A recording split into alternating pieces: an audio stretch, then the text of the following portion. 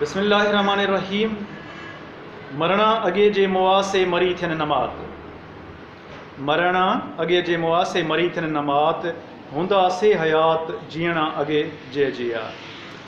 शाह अब्दुल लतीफ़ भिटाई सुर माज़ूरीअ में इंसान खे पंहिंजे हस्ती पंहिंजे किरदार खे संवारण जो हिकिड़ो बहितरीनु घस ॾसियो आहे। माज़ूरी बुनियादी तौर ते साईं ससीअ जे ज़ईफ़ हुजण ऐं उन जे इनायत जो हिकिड़ो दास्तान आहे जेको शाह अब्दुल लतीफ़ भिटाई बयानु कयो आहे। हिते साईं जन चवनि था मरणा अॻे जे मुआ, मरणा मतिलबु मरण खां अॻ में जे मुआ से मरी थियनि न मात, उहे मरी बि ख़ामोश न थींदा। मात लफ़्ज़ जो मतिलबु आहे ख़ामोश।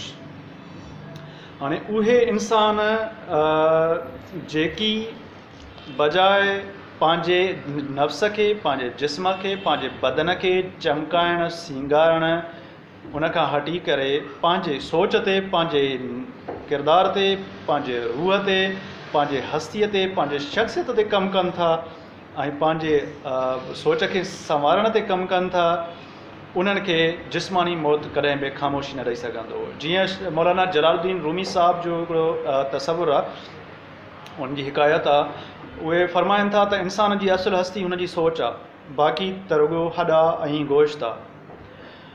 हाणे उहे माण्हू जेके पंहिंजी सोच ते कमु कनि था ऐं उन्हनि पंहिंजी सॼी ज़िंदगी पंहिंजे सोच खे संवारण में गुज़ारे छॾी, उन्हनि खे जिस्मानी मौत कॾहिं बि ख़ामोशी न ॾिनी आहे।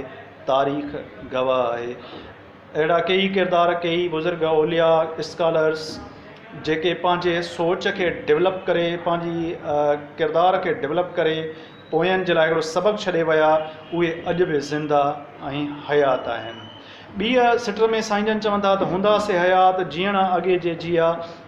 इन जो मतिलबु इहो आहे त उहे माण्हू जन हिन ज़िंदगीअ में रोज़े महशर वारी अबदी ज़िंदगी हासिलु करे वरिती, उहे हमेशह हयात हूंदा। उहे हिते बि हयात ऐं उते बि हयात। उन्हनि खे कॾहिं बि मौत ख़ामोशी न ॾेई सघंदो। जे लतीफ़।